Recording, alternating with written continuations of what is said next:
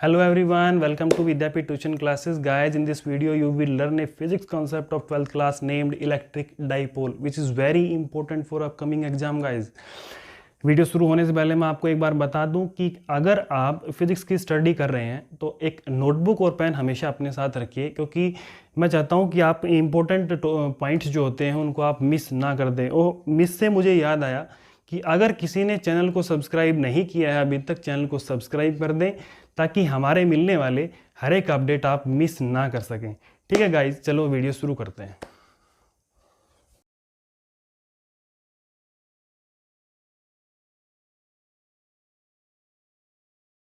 तो ये जो हमारा आपका टॉपिक है ये इलेक्ट्रिक डाइपोल को अब हम कवर करते हैं। ठीक है, तो इलेक्ट्रिक डाइपोल क्या होता है उसको समझो कि आपको दो पॉइंट चार्ज कंसीडर करने हैं जिनका मैग्नीट्यूड इक्वल हो। आपको दो ऐसे पॉइंट चार्ज कंसीडर करने हैं जिनका मैग्नीट्यूड इक्वल हो, बट उनके साइन अपोजिट होने चाहिए। बट उनके साइन जो है वो अपोजिट होने चाहिए। ठीक है, देखो कैसे।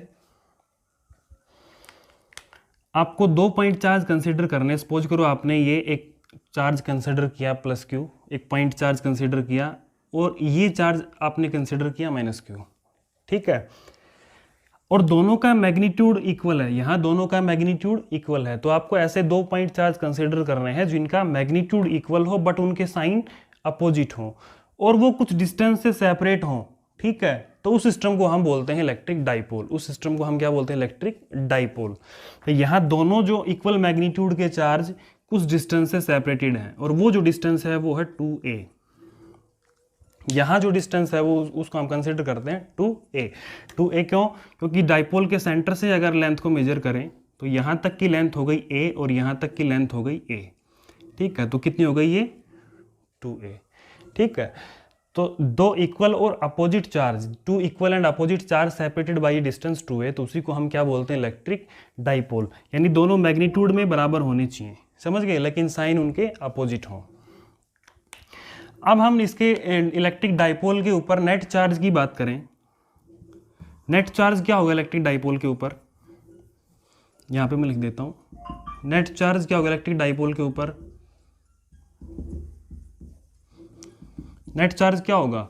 देखो, सपोज करो ये 2 कूलम है, तो मैग्नीट्यूड में ये भी बराबर है, ये भी 2 कूलम का होना चाहिए, लेकिन साइन अपोजिट है, ये +2 कूलम है और ये -2 कूलम है। अगर दोनों का नेट चार्ज निकालें तो +2 और -2 कितना होगा? 0। तो नेट चार्ज जो होता है डाइपोल के ऊपर वो कितना होता है? 0। ठीक है, तो डाइपोल के ऊपर जो नेट चार्ज होता है वो कितना होता है? 0। अब डाइपोल के ऊपर नेट चार्ज 0 होने का मतलब ये नहीं है कि इस डाइपोल के ऊपर नेट इलेक्ट्रिक फील्ड भी 0 होगी।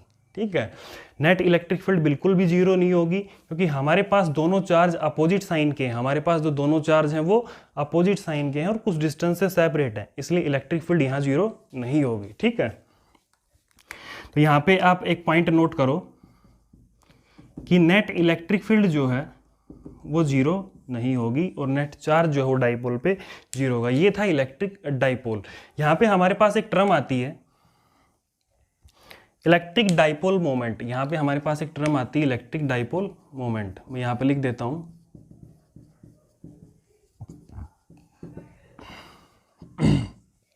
Electric dipole moment. Electric dipole moment क्या होता है?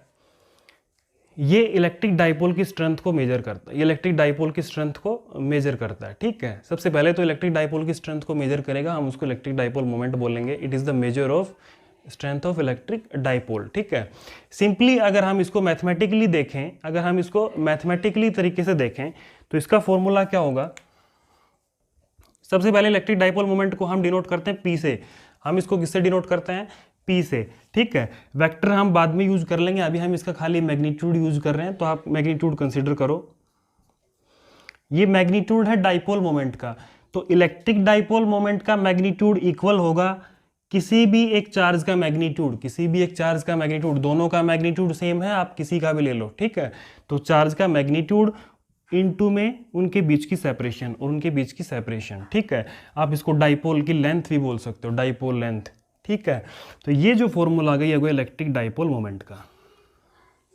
यहां जो आपने देखा वो देखा इलेक्ट्रिक डाइपोल का फॉर्मूला P = Q × 2a। आप माइंड में रख लो इसको। यहां पर देखो, आपने इलेक्ट्रिक डाइपोल मोमेंट पढ़ा। इलेक्ट्रिक डाइपोल मोमेंट क्या था? Measure the strength of electric dipole, measure the strength of electric dipole. ठीक है, मैथमेटिकली तरीके से आप इसको कैसे देख रहे हो? P is equal to q into 2a। P यहाँ पे क्या है, नोट कर लो। P यहाँ पे मैग्नीट्यूड है डाइपोल मोमेंट का, मैग्नीट्यूड ऑफ डाइपोल मोमेंट, उसको हम P से डिनोट कर रहे हैं। क्यों? यहाँ पे मैग्नीट्यूड है किसी भी चार्ज का, दोनों में से किसी भी चार्ज का मैग्नीट्यूड, क्यों? और 2a जो है यहाँ पे वो है डाइपोल लेंथ, 2a जो है उस डाइपोल की लेंथ है जिसको हमने 2a से डिनोट किया। ठीक है, तो 2a जो है वो डाइपोल लेंथ है। इतना कवर होगा। अगर यहाँ वेक्टर की बात करें, p वेक्टर की बात करें, तो यहाँ पे जो डिस्टेंस होगी उसके ऊपर भी हमें वेक्टर लगाना पड़ेगा। तो p vector is equal to q into 2a, ये आप माइंड में रख लियो। ठीक है भाई। इसके बाद अगर हमने इसके ऊपर वेक्टर लगाया, गौर करो, अगर हमने इसके ऊपर वेक्टर लगाया तो किस टाइप की क्वांटिटी हो गई है, बताने की जरूरत नहीं है कि वेक्टर क्वांटिटी कैसी क्वांटिटी है, वेक्टर क्वांटिटी। मैं इसको रफ कर दूं,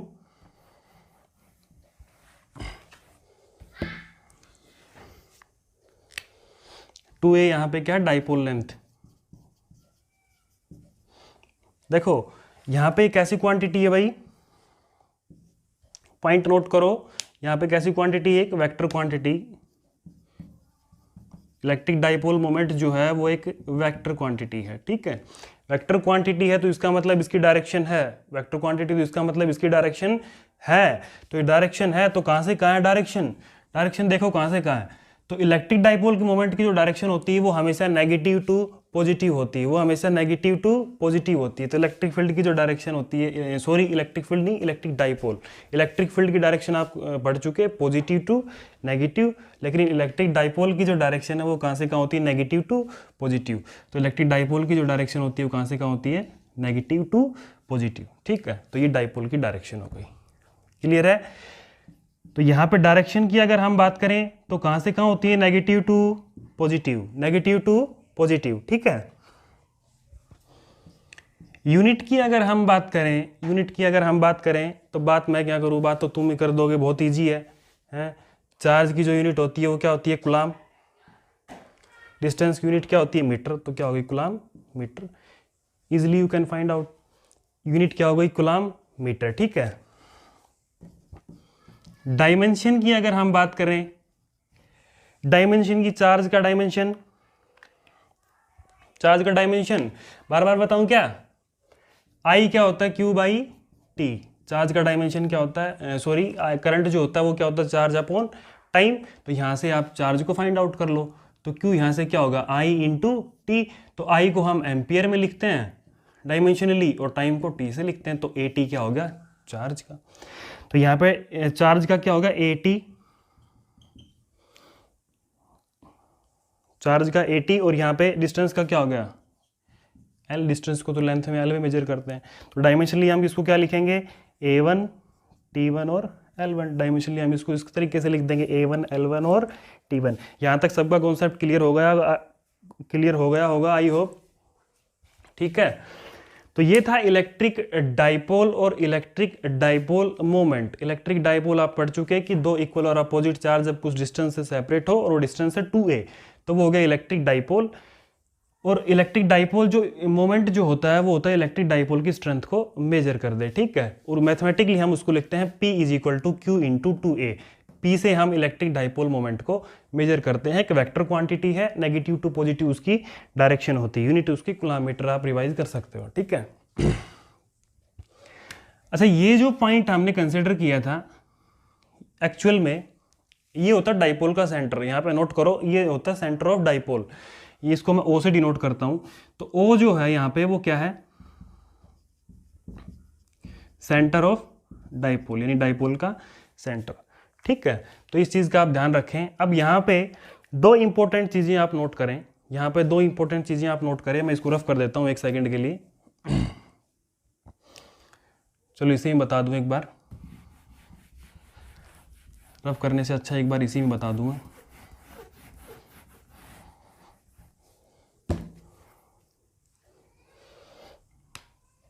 अगर मैं इस डाइपोल की, ये जो डाइपोल है, अगर मैं इसको बढ़ा दूं, अगर मैं इसकी लेंथ इधर बढ़ा दूं, इसको थोड़ा सा इधर बढ़ा दूं, ठीक है, तो हम इसको बोलेंगे एक्सिस ऑफ डाइपोल। हम इसको क्या बोलेंगे? Axis of dipole. नोट कर लो, एक्सिस ऑफ डाइपोल। हम इसको क्या बोलेंगे? Axis of dipole. तो यहाँ पे ये जो लाइन आप देख रहे हो, तो हम इसको बोलते हैं axis of dipole, axis of dipole. Clear है? इसको हम बोलते हैं एक्सिस ऑफ डाइपोल। नोट कर लो।